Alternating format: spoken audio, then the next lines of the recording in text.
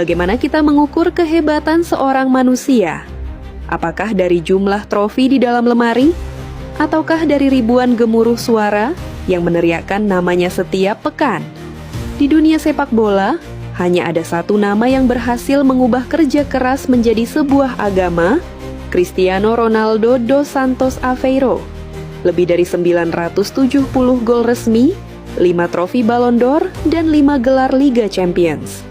Namun ia bukan sekadar angka-angka di atas kertas. Dia adalah simbol dari ketekunan absolut. Ketika dunia meragukannya, dia berlatih lebih keras. Ketika usia mencoba menghentikannya, dia justru melompat lebih tinggi. Ini bukan sekadar cerita tentang seorang pesepak bola. Ini adalah riwayat hidup seorang anak miskin dari pulau terpencil yang menolak tunduk pada takdir hingga akhirnya menaklukkan dunia.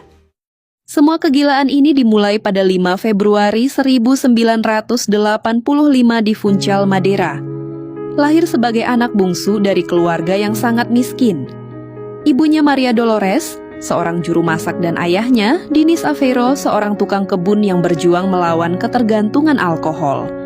Di jalanan aspal yang rusak di Santo Antonio, Ronaldo kecil menendang bola pertamanya, tanpa sepatu yang layak dan tanpa lapangan yang hijau. Baginya, bola adalah pelarian dari realitas hidup yang mencekik. Pada usia 12 tahun, sebuah pertaruhan besar dimulai. Bakat alaminya tercium oleh Sporting Lisbon.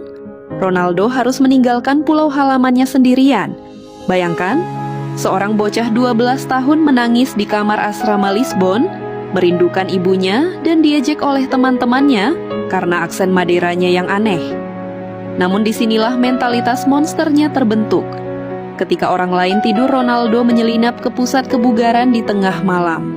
Dia tahu hanya ada satu cara agar dia tidak diremehkan, menjadi yang terbaik di antara semuanya.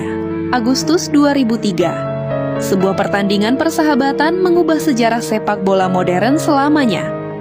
Sporting Lisbon menghancurkan Manchester United, dan aktor utamanya adalah seorang remaja kurus dengan gocekan kaki yang terlalu cepat untuk mata manusia. Sir Alex Ferguson, manajer legendaris United, tidak ingin pulang tanpa tanda tangan bocah itu. Ronaldo resmi dibeli dan tidak tanggung-tanggung, Ferguson menyerahkan nomor keramat, nomor punggung 7, nomor milik George Best, Eric Cantona, dan David Beckham. Di bawah asuhan Sir Alex, yang sudah dianggapnya sebagai ayah kedua, Ronaldo bertransformasi dari seorang pemain sayap yang gemar pamer trik dan gocekan menjadi mesin cetak gol yang sangat efisien. Puncaknya terjadi pada musim 2007 sampai 2008. Ronaldo mencetak 42 gol dalam satu musim, membawa Manchester United menjuarai Liga Champions di Moskow, dan di tahun yang sama dia mengangkat trofi Ballon d'Or pertamanya. Di usia 23 tahun, dia telah menaklukkan Inggris. Namun ambisinya terlalu besar untuk menetap di satu tempat. Tahun 2009, Real Madrid memecahkan rekor transfer dunia sebesar 94 juta euro untuk membawa Ronaldo ke Spanyol. Hari perkenalannya terasa seperti film Hollywood. 80.000 manusia memenuhi Santiago Bernabeu hanya untuk melihatnya memegang bola. Di Madrid, rivalitas terbesar dalam sejarah olahraga lahir. Cristiano Ronaldo melawan Lionel Messi. Setiap pekan, mereka saling berbalas gol, memecahkan rekor yang sebelumnya dianggap mustahil. Ronaldo di Real Madrid bukan lagi sekadar manusia biasa. Dia adalah robot yang diprogram untuk mencetak gol. 450 gol dalam 438 pertandingan. Rasio gol yang tidak masuk akal, lebih dari 1 gol per pertandingan. 9 tahun di Madrid, dia mempersembahkan 4 trofi Liga Champions, termasuk mencetak tripit 3 gelar beruntun yang belum pernah dilakukan klub manapun di era modern. Dia meninggalkan Real Madrid sebagai top scorer sepanjang masa klub, sebuah rekor yang mungkin tidak akan pernah dipecahkan selama 1 abad ke depan. Seringkali kritikus berkata, dia hebat di klub, tapi apa yang dia berikan untuk negaranya? Jawabannya datang pada musim panas tahun 2016 di Perancis. Portugal bukanlah tim favorit. Di babak final, Ronaldo dipaksa keluar lapangan pada menit ke-25 karena cedera lutut yang parah. Dia menangis, tapi dia tidak menyerah. Dengan lutut yang dibalut perban, Dia berdiri di samping pelatih Fernando Santos, berteriak membakar semangat rekan-rekannya. Dan ketika peluit akhir berbunyi, Portugal adalah juara Eropa. Itu adalah air mata kebahagiaan terbesar dalam hidupnya. Setelah merasa misinya di Madrid selesai, dia mencari tantangan baru. Dia pindah ke Juventus, memenangkan Serie A dan membuktikan bahwa dia bisa menaklukkan Italia. Bahkan ketika dia kembali ke Manchester United untuk periode kedua yang penuh drama, ketajamannya tidak hilang. Kini, di fase senja kariernya bersama Al Nassr di Arab Saudi, dan setelah menyelesaikan perjalanannya di Piala Dunia 2026 bersama Portugal, Ronaldo tetap menjadi sosok yang menolak untuk santai.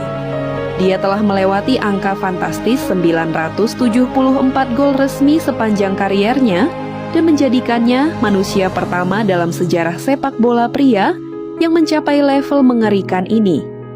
Banyak orang bertanya, mengapa di usia yang sudah berkepala 4, dia masih berlari mengejar bola? Mengapa dia masih marah ketika melewatkan satu peluang gol? Jawabannya sederhana, karena Cristiano Ronaldo tidak pernah bermain demi uang. Dia bermain demi keabadian. Dia adalah bukti hidup bagi setiap anak kecil di dunia, bahwa tidak peduli dari mana kamu berasal, tidak peduli seberapa miskin keluargamu, jika kamu memiliki impian dan kamu bersedia mengorbankan segalanya demi impian itu, maka dunia suatu hari nanti akan berlutut di hadapanmu. Cristiano Ronaldo dos Santos Aveiro, sang penguasa waktu, raja sepak bola, sang legenda abadi. Cristiano Ronaldo adalah bukti nyata bahwa bakat tanpa kerja keras tidak akan menjadi apa-apa. Dari bocah yang menyapu jalanan Madeira, kini namanya abadi sebagai salah satu manusia terbesar dalam sejarah olahraga. Menurut kalian, apa momen terbaik sepanjang karir CR7 yang paling membekas di hati kalian? Tulis di kolom komentar ya. Jangan lupa klik like, share, dan subscribe channel ini untuk cerita inspiratif sepak bola lainnya. Saya Eris, sampai jumpa di video berikutnya.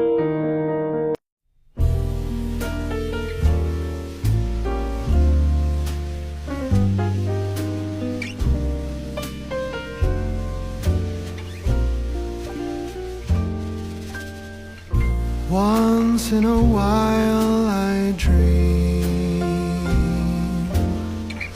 Once in a while I think of you.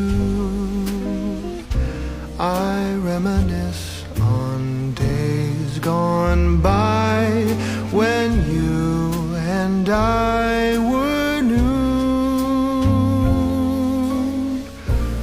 Once in a while